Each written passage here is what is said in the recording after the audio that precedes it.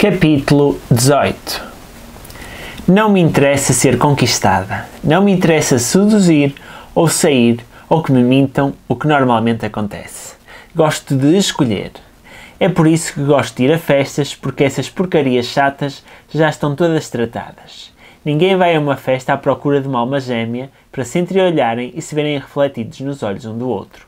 Viver sozinha, no mundo real, é mais complicado. Depois de excluir os pais casados, não que não quisessem, mas o trabalho, o incómodo, a inconveniência e os adolescentes da zona, é improvável que tenham o talento. Que estavam os empregados do hotel consideravelmente melhor em que me instalara o Belágio. E não sou demasiado orgulhosa para foder com o empregado. Tenho recordações agradáveis do Jan, mas eram deprimentes. Estava agitada, depois de ter falado com a polícia, precisava de descontrair. O Mateo parecia perfeito. Deixei-o engatar-me num bar rafeiro, na costa do lago, um sítio onde escolhi ir por causa da fila de motas estacionadas no parque, apesar de reparar que os motoqueiros que passavam por como normalmente tinham namoradas convenientemente baixas empoleiradas na parte traseira da mota. O Mateo estava sozinho. Quando começámos a conversar, explicou-me que era de Milão e que ficara em casa da avó. Licenciara-se este ano, o que em Itália significava que era alguns anos mais velho do que eu. O seu rosto não era grande coisa, mas era alto, e os ombros debaixo da t-shirt preta e desabotada eram largos e firmes. Pagou-me um copo de prosecco horrível. Pedi outro e ofereci-lhe uma cerveja. Saltei para o banco traseiro da sua Vespa e lá fomos para a casa da avózinha, a nona. Confirmei, estava a passar uns dias à beira-mar. Voltei a dizer que me chamava Lauren e contei a mesma história. Estava a viajar por Itália enquanto procurava emprego. Por momentos, enquanto a Vespa avançou lentamente pela rua íngreme, afastando-se da cidadezinha com o lago ao fundo banhado pelos tons rosados do pôr do sol, encostei o rosto ao seu casaco. Deixando as mãos, agarrar gentilmente as suas ancas e senti-me só. Seria assim a partir de agora, pensei. Se o fizesse, não poderia voltar a ser eu mesma. Mas claro, nunca fora grande amiga de mim mesma. A ideia de que ia à casa de uma idosa era deprimente, mas a casa de Mateo até conseguia ser agradável. Era dos anos 70 e a arquitetura italiana desse período não é nojenta, com muitas paredes brancas e madeira escura e um terraço enorme com uma vista espetacular do lago. Esfriava, por isso o Mateo emprestou-me uma camisola de cachemira, pus em cima das pernas e sentámos-nos com uma garrafa de espumante tinto estranho a ver as luzes do último ferro e afastar-se em direção a Como. Acendeu um charro, no qual fingi dar uma passa e disse-me que, apesar de ter estudado arquitetura, pensava escrever um romance. Depois, perguntou se eu queria ouvir tocar a guitarra e percebi onde aquilo ia, por isso respondi. Talvez mais tarde. E enfiei-lhe a língua na boca. Pareceu ficar surpreendido, mas tendo em conta que os italianos acham que todas as inglesas são umas pegas, não tardou a que percebesse o que eu queria. Deixei o beijo tornar-se mais intenso, rodando no colo dele para que ele sentisse os seios a roçarem contra o seu peito, enfiando a língua mais fundo e sentindo o sabor doce da erva na sua boca, até sentir a ereção sob as suas calças de ganga. Vamos para o teu quarto. Vi o quadro quando Mateo subiu as escadas e só então percebi o que fizeram em Roma. Detesto quando o mundo nos mostra estes leitmotivs. Era uma reprodução a óleo de Campo Vaccino de Turner, o último quadro que ele pintara da cidade. Há quem veja arrependimento no quadro, as deambulações suaves da luz no fórum, a despedida grandiosa do grande pintor. Uma recordação típica para turistas, o tipo de coisas que se vê encostada às vedações das margens do rio Tibre, onde eu tinha estado há pouco. O Mateo parou para me empurrar contra a parede e me beijar com mais urgência. Consegui descalçar as botas e tirar as calças de ganga, tirar as cuecas e deitar-me, enquanto ele despia a camisola e depois a t-shirt, e puxei-o, deitando-o de costas, passando a linha pelas linhas jovens do seu peito, esfregando a parte lisa da língua nos seus mamilos. Bastou o cheiro de um homem, depois de tanto tempo, para ficar toda molhada. Encostei o rosto com força à sua axila, inspirei profundamente o cheiro almiscarado do seu suor, como um colibri a sugar o néctar. Passei os dedos pela linha fina de pelo que lhe cobria a barriga lisa com a língua e, parando no primeiro botão das suas calças leves, abri-lhe a braguilha para o enfiar na boca. O sexo dele era um bocado aborrecido, comprido mas demasiado fino, com uma quantidade infantil e desagradável de prepúcio, mas estava pelo menos dolorosamente duro. Pela rapidez com que respirava, presumi que isto não acontecia muitas vezes durante as noites calmas de como, e como queria que ele me fodesse antes de se vir. Tens um preservativo? Levantou-se e acendeu a luz da casa de banho, as suas nádegas magras expostas vulneravelmente quando atravessou o quarto. Massagei os lábios da rata, abrindo-me e esfregando um pouco do suco na boca. Estava tão ansiosa que pensei que me viria só de o fazer. Ele demorou uma eternidade a pôr a porcaria de preservativo e encostar as ancas entre as minhas coxas afastadas. Guiei-o e deixei que a sua cabeça se encostasse à concavidade da minha clavícula, apertando-o com força para que abrandasse. Aspeta, espera! Devagar, temos tempo, disse. Moveu-se mais lentamente, empurrando mais fundo e encostando um bom ritmo irregular. Mexi a mão direita, pousando entre nós para tocar no clitóris. Com mais força, vai, força! E durante um segundo, quando se moveu com mais força contra mim, no primeiro momento requintado de abertura de entrada, distraí-me. A respiração dele ao meu ouvido era como uma carícia de vespertílio, um poema de amor de um demónio. O quarto estava escuro e vi alguns objetos na secretária ao lado da cama. Um livro de capa mole, um cinzeiro, uma taça de prata que me sensibilizou. Podias agarrá-la, pensei. Podias agarrar-lhe e dar-lhe com ela na nuca. O sangue correr-lhe-ia pela orelha e pingar-te-ia no rosto. Não teria tempo de reagir. Cairia devagar de encontro ao teu peito como um fantoche, estremecendo e jorrando a vida pelo pênis como um cadáver enforcado. Fechei os olhos. Estava quase a vir-me, mas atrás das pálpebras passava um filme, um par de olhos implorantes, o canto de latão de uma mala, um molho carmesim de pensos higiênicos, um rosto inchado e cinzento. Temi estar a foder outro morto, e descobri que gostava. Gemia, fundo na garganta, quase grunhindo. Ouvi o Mateu esfolegar, quase ao meu ritmo, e por alguns instantes perfeitos e curtos, perdi-me e eis-nos deitados como amantes verdadeiros, arquejando numa costa após o naufrágio. Não consegui falar, não consegui olhar para ele. Ficámos em silêncio, por instantes, e depois ele encostou o rosto ao meu peito, beijando-me o ombro, o cabelo. Há uma técnica chamada perspectiva anamórfica. Um objeto é pintado inclinado para que a sua identidade verdadeira só seja revelada quando se vê o quadro no sítio exato. O mais famoso exemplo é talvez Os Embaixadores de Holbein, onde uma mancha branca no plano de fundo do retrato se transforma num crânio humano. Há um sítio gasto no chão da National Gallery, à direita do quadro, onde se tem de estar para desvendar o segredo. Mas parece-me que todos os grandes pintores criam uma forma de anamorfismo. Temos de ficar no sítio exato e subitamente parecemos ter caído para o interior do quadro.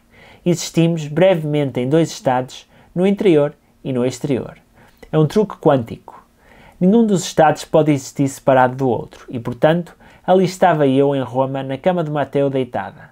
Ciao, cara, ciao, belíssima, ciao, sussurrei contra a sua garganta.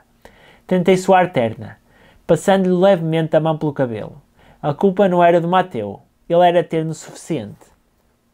Foi buscar um copo de água, mas eu acenei negativamente, enfiando-me debaixo do edredão e fingindo adormecer. Ainda usava a sua camisola. Fez-me sentir mais nua quando se encostou às minhas coxas. Esperei até a sua respiração abrandar e abri rapidamente os olhos como um vampiro num filme de terror. Contei de forma decrescente lentamente de 1000 até 0 em italiano, depois em francês, depois em inglês, e levantei levemente o braço que me prendia e lentamente saí da cama. Despi a camisola, peguei nas calças de ganga e nas botas. Eu planeara encostar-lhe as cuecas ao rosto quando ele se viesse, deixando-o inalar-me quando se libertasse da minha rata, mas estivera demasiado ocupada a pensar como seria sexy assassiná-lo para me lembrar desse pequeno truque. Desci seminua, as escadas com os saltos na borda do tapete e vesti o resto da roupa no átrio, sob o brilho difuso do quadro de Turner.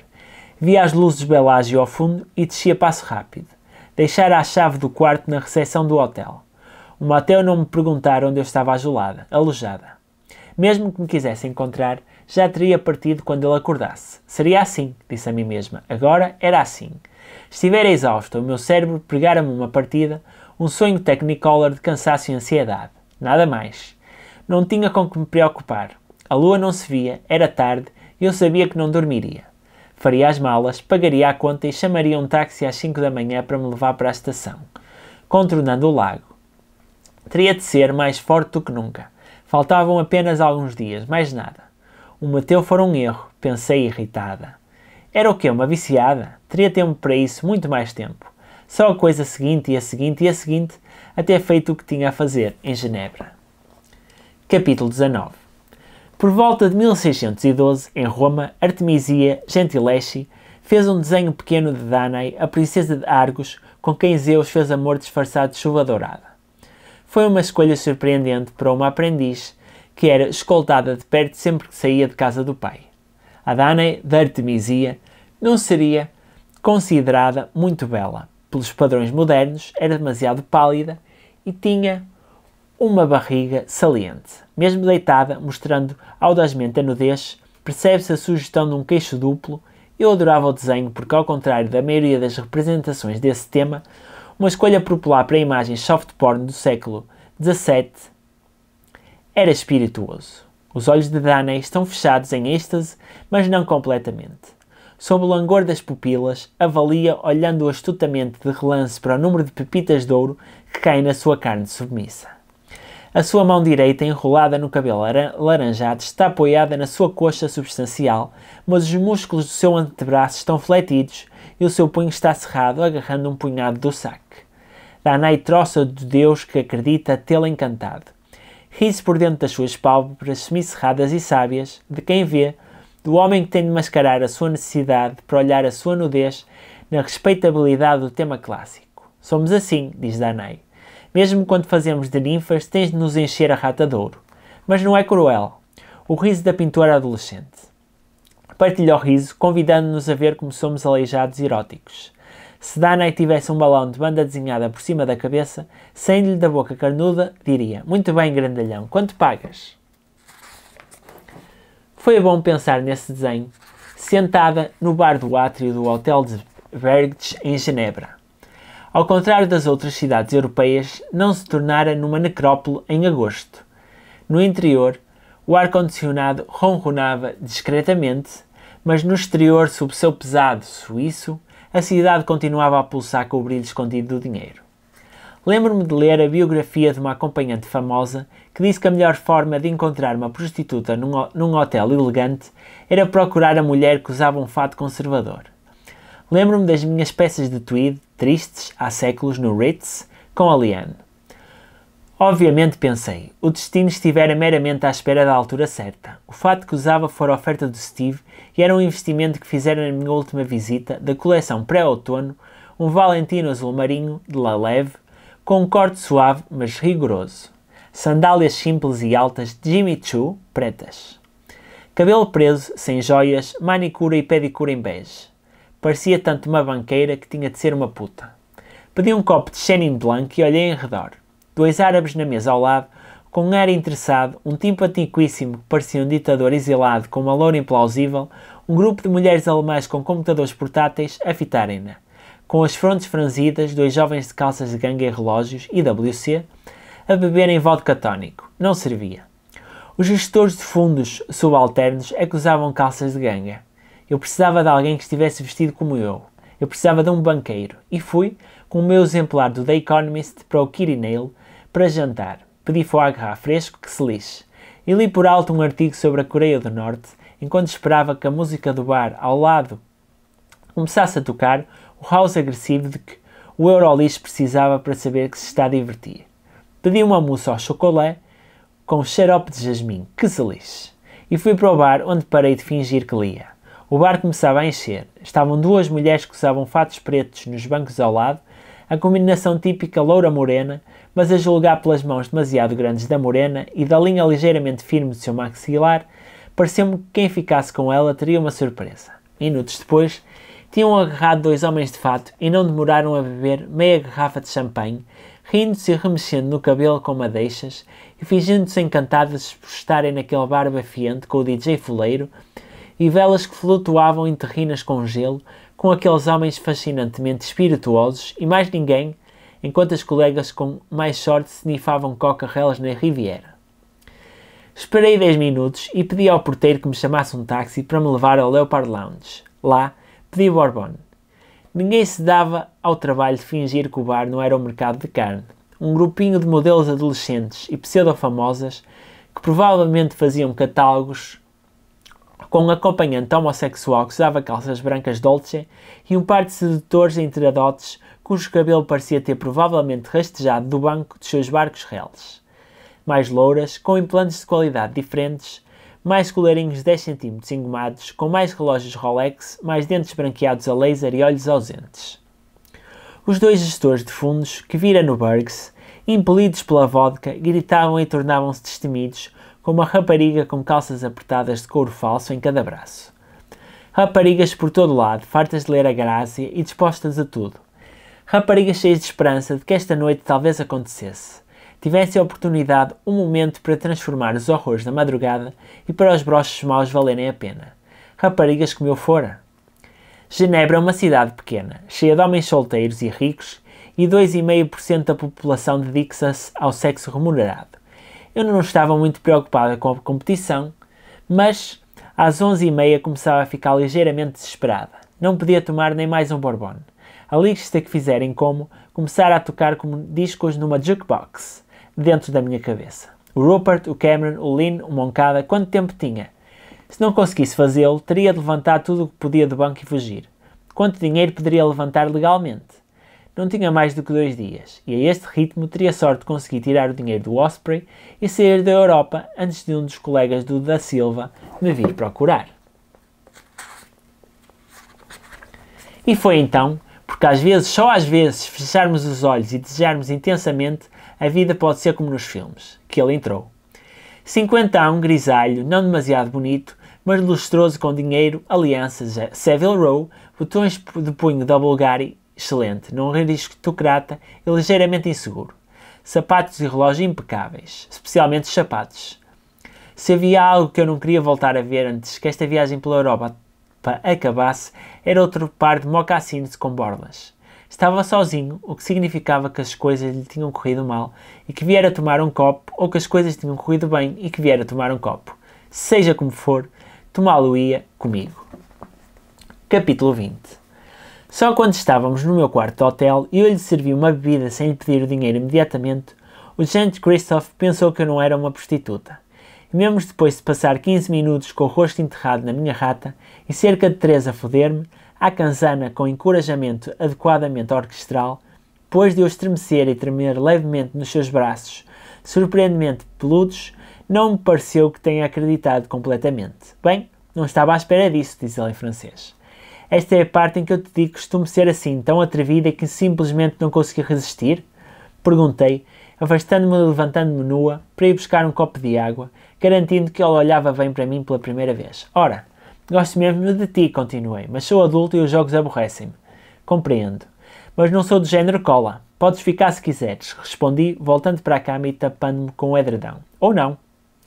Abraçou-me por trás, pousando a mão no meu seio e mordeu-me o pescoço. Não tem de ser aborrecido. Tenho de ir para o escritório de manhã. Que tamanho de colarinho usas? Porquê? Posso ligar ao porteiro e pedir uma camisa lavada. Ele há de gostar do desafio.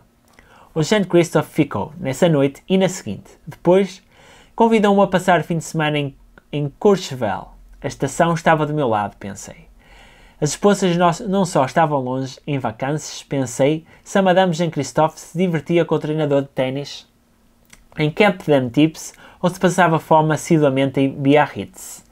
Mas também porque, apesar de ser muito prendada, eu não sabia esquiar, o que seria difícil de explicar para a Lauren, a galerista inglesa e simpática, se fosse inverno. A Lauren era o tipo de rapariga que ficou encantada como uma criança, mas não excessivamente impressionada quando o Jaguar de St. Christophe chegou ao setor da aviação geral no aeroporto de Genebra. Claro que eu nunca tinha viajado num avião particular e compreendia perfeitamente o ponto de vista da Carlota. 20 minutos no helicóptero Sikorsky, exclamando ao ver as vistas sublimes dos Alpes que brilhavam lá embaixo, e aterramos em 1850, era o tipo de coisa que romperia qualquer um para sempre. Ficaríamos num chalé emprestado por um amigo de escola do Jean Christophe. O dele era em Verbier. Pareceu-me que era um acordo antigo que lhes convinha a ambos. Dei uma olhadela enquanto ele terminava as chamadas de sexta-feira para o escritório. Não era um dos inúmeros palácios cheios de vidro que os russos construíram perto das pistas de inverno. Era sim uma casa de família sólida, com 3 quartos, tudo em madeira, decorado com uma mistura de chique, despreocupado e alpino e algumas peças asiáticas medíocres, mas bonitas. As camas tinham sido feitas com lençóis bascos de linho.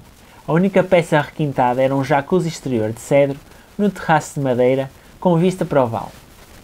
Havia livros de capa mole baratos e fotografias de família.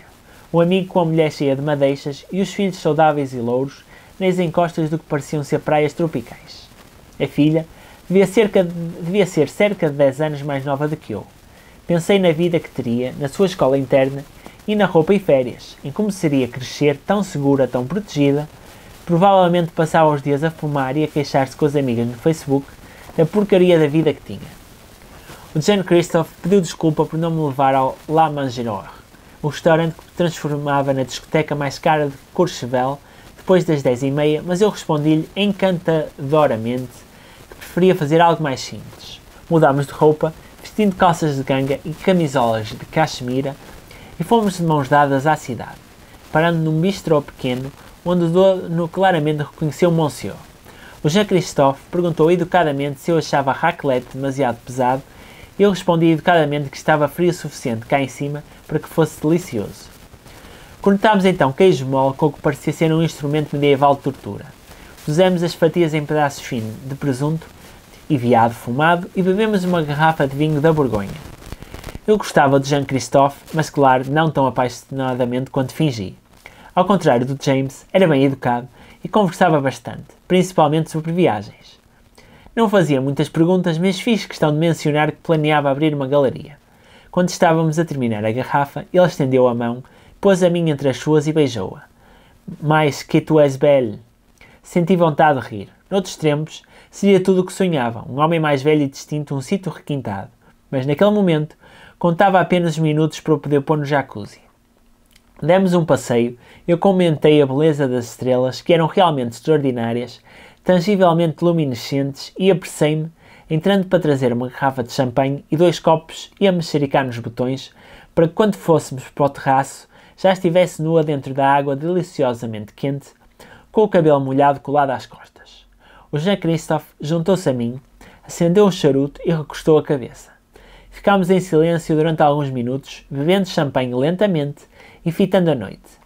Os seus dedos flutuaram na minha direção, tocando-me levemente no mamilo, mas eu endireitei-me. Querido, quero pedir-te uma coisa. Imediatamente ficou tenso. Estaria pronto para as minhas exigências e seria certamente cortês. Mas ficaria furiosamente desiludido e até um pouco triste. Podia deixá-lo sofrer durante alguns minutos. Sabes, preciso de ajuda com algo. Oui? O seu tom de voz soou neutro e desencorajador. O que seria, viu? A pensar desconfiadamente. Senhorio intratável, as propinas exorbitantes, a mãe doente? Certamente não era a mãe doente. Pagaria, claro, uma taxa, talvez 100.000 euros.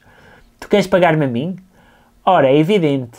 Sabes, estava a pensar, lembras-te de eu mencionar a galeria durante o jantar? Lembro. Estive em Genebra porque tenho um investidor. É um comprador sério e quer investir na galeria. Estava a tratar dos assuntos práticos. Os fundos estão na Osprey. Ficou interessado, começando a pensar como um banqueiro e não como um cliente. No Osprey? Sim, conheço uma pessoa que trabalha lá. Mas quero transferir os fundos. O meu cliente é muito exigente. Quero reunir uma coleção importante e sei perfeitamente que está a arriscar investindo em mim. Mas também tem de ser muito discreto, entendes? Não quero que todo o mundo descubra que está a comprar arte, e não me parece que a Suíça seja um sítio tão discreto quanto poderia ser. Não depois de tudo o que aconteceu com o UBS no ano passado. Alors? Por isso quero transferir o dinheiro, mas tenho de o fazer rapidamente, porque me parece que o meu cliente tem um período de concentração muito breve, e se eu não tratar de tudo rapidamente perderá a paciência. A Feira de Arte Contemporânea de Xangai começa no início de setembro e eu tenho de estar pronta. E há artistas expostos na Art Basel de Hong Kong nesta primavera. Não me posso dar ao luxo de esperar pela burocracia. Pensei então que talvez me pudesse ajudar, disse simplesmente, fintando-o tão diretamente nos olhos quanto as velas e o vapor oscilam permitiam. O que queres fazer? Jean-Christophe, não te conheço muito bem, mas parece-me que posso confiar em ti. É bastante dinheiro, cerca de 6 milhões de euros. Quero transferir os fundos para uma conta comercial no Panamá o mais depressa possível. Quero tratar de tudo para poder fazer levantamentos e receber um salário como empregada da empresa dessa conta. Pagar-te-ei 100 mil euros transferindo o dinheiro para onde quiseres, nada mais. 6 milhões? Um roto barato, não é muito a sério. És uma jovem surpreendente. Sou, respondi antes de me mergulhar. Muito surpreendente. Senti-me satisfeita por ter um certificado de salva-vidas. Era verdade que o instrutor dissera, são competências muito úteis.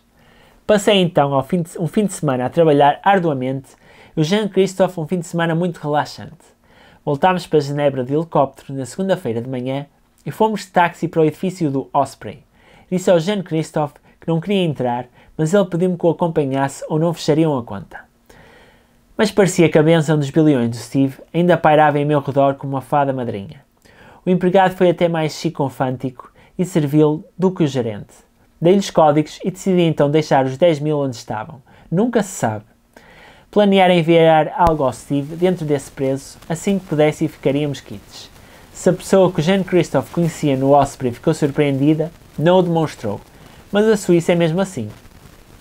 Quem tem dinheiro pode esconder o que quer que seja, e quando saímos do banco, o Jean-Christophe estava 100 mil euros mais rico e era eu a orgulhosa e solitária empregada de Gentilski Limited, uma empresa sediada no Panamá e registada com a Klein Fenives, recebendo um salário de 100 mil euros por ano e tendo o direito de fazer levantamentos para compras, com os fundos a serem transferidos para uma conta à minha escolha. Tudo isto pagava impostos, era feito de forma legal e segura e em meu nome. Já não havia ligações a transferências de Moncada ou à pobre conta das Ilhas Cook.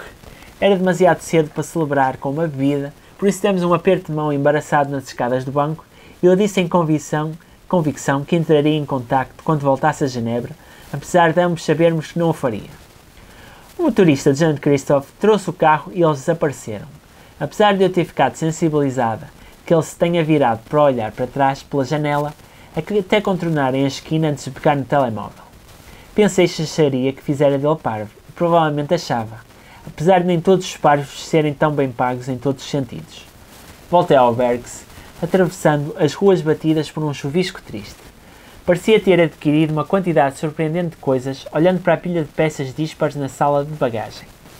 Poderia comprar coisas melhores, bagagem a condizer, muito chique. Porém, isso não me animou como pensara. Cansada, fui ao átrio e pedi café, acedendo ao site do Corriere della Sera, Elo. Assassinato brutal de um homem de negócios britânico. Obriguei-me a ler o artigo lentamente 3 vezes. Não mencionava o meu nome. A polícia entrevistou uma colega da vítima que confirmou que esta planeara encontrar-se com um cliente desconhecido. Se a notícia for publicada hoje em Itália, amanhã seria certamente publicada pela empresa inglesa, especialmente porque agosto era um mês de poucas notícias. Mas estava a salvo, não estava? O Rupert deveria estar desesperado depois de ver que o dinheiro fora transferido para a conta suíça, mas agora simplesmente desaparecera. O Osprey não revelaria por onde os fundos tinham sido transferidos, por muita influência que aquela besta gorda tivesse. Eu tinha criado uma história. Mesmo que ele soubesse que eu me tinha reunido com Moncada, se algum dia me encontrasse, eu diria que o descobriria que o fizera com o Stubbs e que tinha convencido Cameron a deixar-me participar na falcatrua, pagando-me 10 mil libras. Seria a quantia patética que Judith Rushlick precisaria. O Cameron não aparecera e eu tinha ido sozinha e vira que o dinheiro fora transferido por onde o Cameron me indicara e não sabia mais nada. O Rupert poderia culpar a Moncada, poderia culpar o Cameron, poderia culpar quem quisesse, mas não tinham provas contra mim. E por que não revelava o envolvimento de Rupert à polícia italiana? Lealdade residual para não perdermos o jogo, para não desiludir a equipa. Mais uma vez, o tipo de fidelidade servia aos seus valores que pensara outrora poder impressioná-los. Fechei os olhos. Há quanto tempo não conseguia respirar em condições? Deveria pôr-me a mexer, pegar na porcaria das malas, apanhar um táxi para a estação, fazer a coisa seguinte e a seguinte, mas não fiz. Fiquei antes ali sentada, a olhar para a chuva.